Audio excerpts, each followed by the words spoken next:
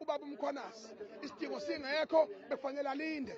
uJulius Malema wathuka mina, wathuka iSilo, wathuka umuntu ophinda angene, wa-undermine uJacob Gedleyihlekisa Zuma esekwazi ukumhlonipha kufika. Ngakusasa yena wabona kungcono ukuthi ayothi down noJessica Zuma down. And leyo nto leyo asiyidingi ukuthi ingaba yikusasa lalelizwe. uJulius Malema icorruption yakhe indala.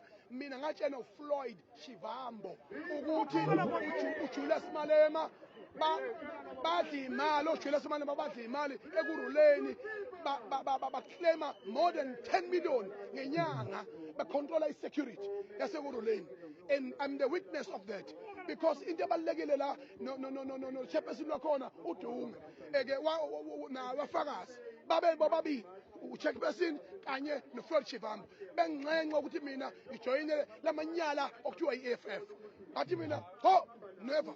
So into ezakalayo namanje njengoba hlangana noMkhwanazi nje uJulius ingoba wayezoncenga uMkhwanazi ukuthi atshala amaphoyisa ukuthi ashaye mina ngoba mina I had an event on the same day yokuvula kwamabhinqa lapha. Wayezosho wathi hey Mr. Mkhwanazi, this is this so fool calling Ngizwe, he's want to disturb us.